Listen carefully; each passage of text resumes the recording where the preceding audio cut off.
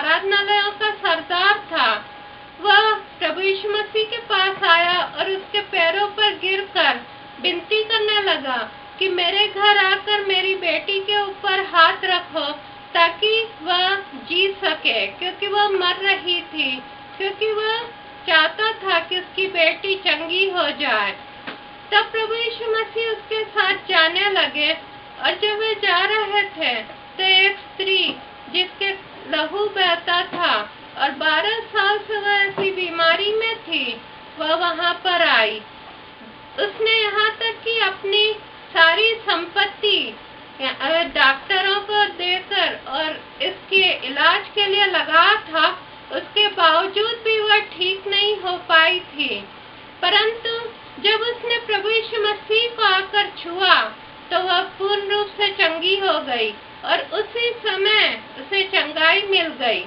परंतु प्रभु यीशु मसीह वहां पर रुक गए और प्रभु यीशु मसीह ने कहा कि किसने मुझे छुआ। तब उनके शिष्य बहुत अधिक आश्चर्यचकित हो गए और वे पूछने लगे कि यहाँ तो भीड़ आपके ऊपर गिरी पड़ती है, आपने ऐसा क्यों पूछा कि किसने मुझे छुआ। तब प्रभु यीशु मसीह ने कहा कि क्योंकि सामर्थ मेरे अंदर से निकली है। तब यह जो स्त्री थी वह प्रभु यीशु मसीह के पास आई, डरते हुए और कांपते हुए, और उसने अपनी कहानी सुनाई।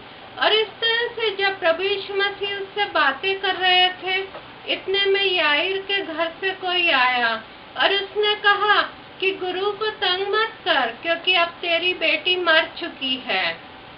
जब उसने यह सुना, जब हम यह सुनते हैं कि एक व्यक्ति मर चुका है, इसका मतलब है यह सारी आशाओं का अंत है या सारी आशाओं का खो जाना है।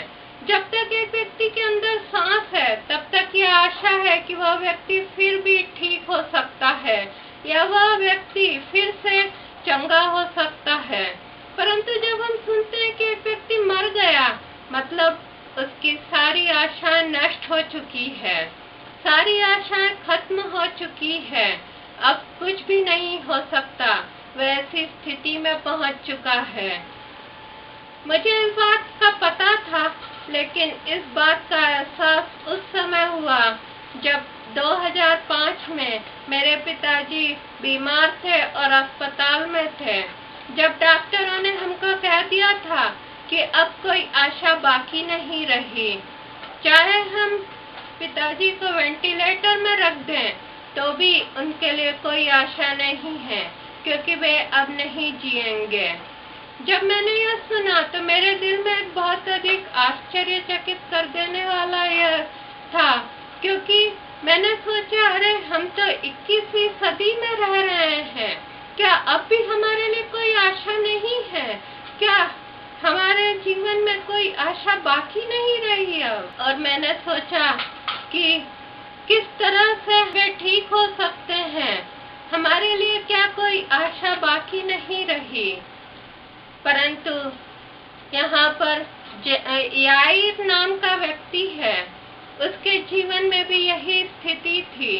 वह बहुत अधिक परेशान हुआ होगा, उसने सोचा होगा कि यह सब कुछ इस स्त्री के कारण हुआ, क्योंकि स्त्री बीच में आ गई और उसके कारण प्रभु यीशु मसीह मेरी बेटी के पास नहीं जा पाए और वह मर गई, और इस तरह वह बहुत अधिक निराश हुआ होगा।